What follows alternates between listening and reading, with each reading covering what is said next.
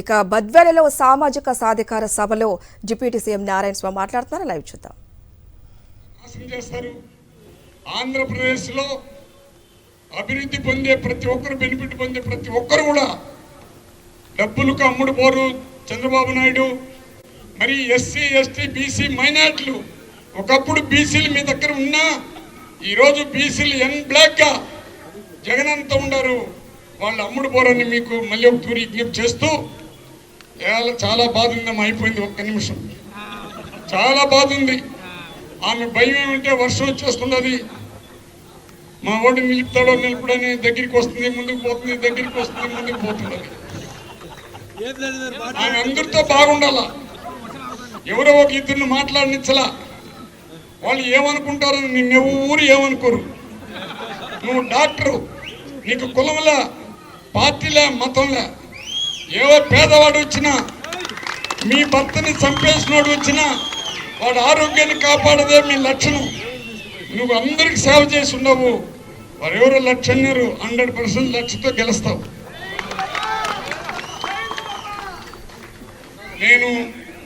నేను జగనన్నకి కూలివాడిని. ఇక్కడ ఎవరో కాగితం పంపించారు, మళ్ళీ ఒక్క నిమిషం చెప్పేస్తాను.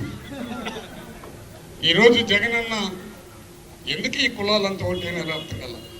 చంద్రబాబు చూశాడు, ఫ్యామిలీ కూడా చేల్చాలనుకున్నాడు. ఎఫ్ఐఆర్ రాజశేఖర రెడ్డి పైన క్రిమినల్ కేసు పెట్టి ఎఫ్ఐఆర్ కడితే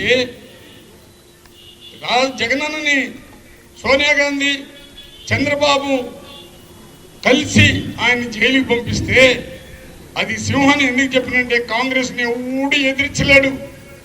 మీ సింహం ఈరోజు ఆంధ్రప్రదేశ్ సింహం జగనన్న ఎదిరించినాడు. కానీ జైలుకి పోతే ఆ పదవిని ఇసిరి పారేసి బయట వచ్చాడు. ఈరోజు ఈ కాంగ్రెస్ సంబంధించిన వాళ్ళు, బ్లడ్లో పుట్టినోళ్ళు కూడా ఈరోజు చంద్రబాబు ఫ్లైట్ పెడితే, ఎవరు సార్ రమేష్ బాబా, ఎవరు సార్ ఫ్లైట్? ఆ సీఎం రమేష్ బీజేపీ పంపించినాడు. ఈ రేవంత్ రెడ్డిని కోవర్టుగా కాంగ్రెస్ పంపించినాడు.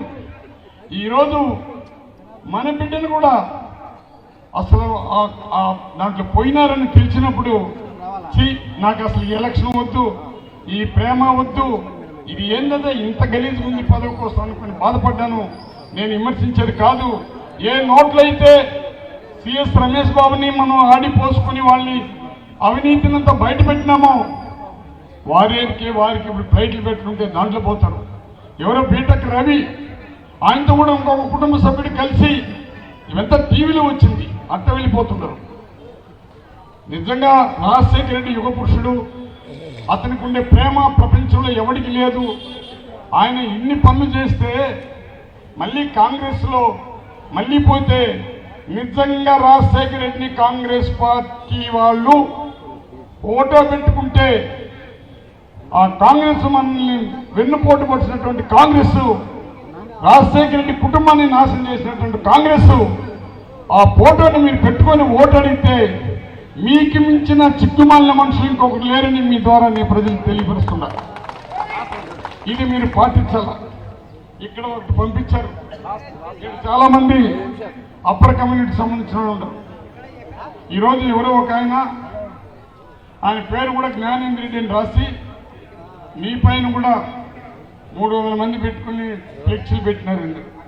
నిజంగా ఇది ఇచ్చిన ఆయనకి నేను జవాబు చెప్పాలి కాబట్టి, ప్రెస్ వాళ్ళకి చెప్పాలి కాబట్టి, జగన్ అన్న నన్ను పూర్తిగా, నేను ఒక డిప్యూటీ సీఎం, నేను ఒకరి గురించి మాట్లాడకూడదు, కానీ ఇది నా ఆత్మసాక్షిగా, నా బిడ్డ సాక్షిగా నిజం చెప్తున్నా.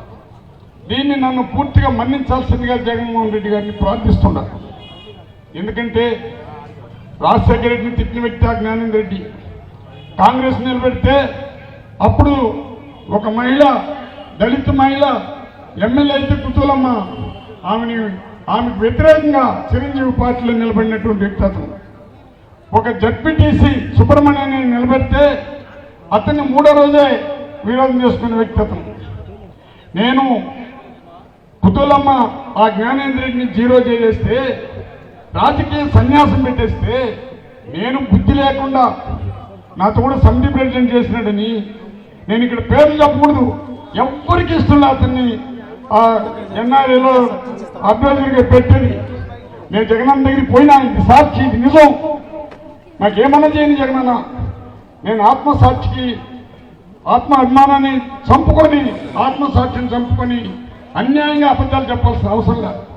అందరూ వద్దంటే సార్ ఎట్టన్నా కాంట్రవర్సీ అనేది దీంట్లో రాసి పంపించారు. ఆయనకి బీఫారం ఇచ్చిన జగనన్న కూడా అదే చెప్పేది. నేను బీఫారం ఇస్తే ఆయన బీఫారం తీసుకుని జడ్పీటీసీకి వాళ్ళకి చిరంజీవుల పుట్టిన వాళ్ళు పార్టీలో ఉన్న వాళ్ళకి ఇచ్చేశాడు. నన్ను నా కులం వచ్చి తిట్టినాడు, నేను బాధపడినానంటే ఆ బీఫారం ఇచ్చిన వాళ్ళు ఆయనతో పోయే కార్యక్రమాలు చేస్తూ ఉన్నాడు. ఆయనతో ఎవరో పోయినారంట, ఒక్కడు కూడా నన్ను వదిలిపోయేవాళ్ళు లేరు. నేనేమి అవినీతిపరుడు కాదు. నేను ఎవరినైనా ఎదిరిస్తా. చిన్నప్పటి నుంచి కూడా పెత్తందారులు ఎదిరించిన మనస్తత్వం కలిగిన వాడు నేను. కావాలంటే ఇంటింటికి ఎన్క్వైరీ చేసుకోండి. ఈరోజు అతను వచ్చి ఈ విధంగా చేస్తూ ఉంటే అతని పైన చట్టరీతిగా యాక్షన్ తీసుకోవాల్సిందిగా నేను జగనన్ని కోరుకుంటూ, నేను ఎవ్వరికీ వ్యతిరేక కాదు. అన్ని జాతులకి నేను కూలివాడిగా పనిచేస్తున్నాను. దీన్ని కూడా గుర్తించాల్సిందిగా. మీరంతా ఏమంటే టీవీలో వస్తుంది, ఈ నారాయణ స్వామి ఏం చేసినాడో, రిజర్వ్ కాన్స్టిట్యూన్సీ లో ఉండే వాళ్ళ పరిస్థితి, ఎస్సీ ఎస్టీ బీసీ పరిస్థితులంతా జగనన్న తన ఆత్మలో దగ్గర పెట్టుకొని మాకు అధికారిస్తూ ఉంటే దీన్ని పోగొట్టాలని ఈరోజు ఎస్సీ ఎస్టీ బీసీ మైనార్టీలు ఉండే నియోజకవర్గంలో కూడా కేవలం వాళ్ళపైన టార్గెట్ చేసి తెలుగుదేశం వాళ్ళతో కలిసి చంద్రబాబుతో కుమ్ముకయ్యి ఈ మహానుభావుడు చేస్తూ ఉన్నాడు. అతను పెట్టే క్యాండిడేట్ కూడా నా పైన 2 తూర్లు నిలబడినాడు. ఊరు లేదు, పేరు లేదు, ఎవరో కూడా తెలీదు. అతను తీసుకొని చెప్తున్నాడు. జగనన్న పాదాలకి నేను దండం పెట్టి చెప్తున్నాను, నేను మళ్ళీ ఆత్మాభిమానాన్ని చంపుకోలా. నాకు ప్రెస్ వాళ్ళు ఈ విధంగా పెడితే నేను చెప్పాల్సి వచ్చింది. ఖచ్చితంగా చట్టరీతిగా నా కులాన్ని పెట్టి నన్ను మాట్లాడినప్పుడే కదా నేను బయట కానీ పెట్టుంటే ఒక్కరొకటి తిరిగి ఉండరు. నేను రిజర్వేషన్ వచ్చిన వాడిని, నా కులం నా వెనకాల ఉండదు. రెడ్డి కులస్తులందరూ కూడా నాతో, అక్కడ రెడ్లు ఎక్కువ నన్ను కాపాడినారు. కమ్మోళ్ళు నాతోనే ఉన్నారు, బీసీలు నాతోనే కలిశారు. సమితి అధ్యక్షుడి నుంచి ఇప్పటి వరకు నేను ఆడ గెలిచి సేవ చేస్తుంటే ఇటువంటివి ఇచ్చారు. దీన్ని తీసుకుని వచ్చి నాకు ఇచ్చి ఆ పాపం గోవిందరెడ్డి బాధపడిపోతున్నాడు. ఇట్లాంటిది ఇస్తే నేను చెప్పాలా లేదా? ఎవరి డబ్బు నేను తీసుకోవాలా? అతని దగ్గర కూడా 1 రూపాయి తీసుకొని నేను రాజకీయం చేయలే. నేను దండం పెట్టి రాజకీయం చేసినాను. దయచేసి ఈనాడు జ్యోతి టీవీకి చెప్తున్నాను, ఇట్లాంటి దాన్ని తీసుకొని వచ్చి నాకు ఇచ్చి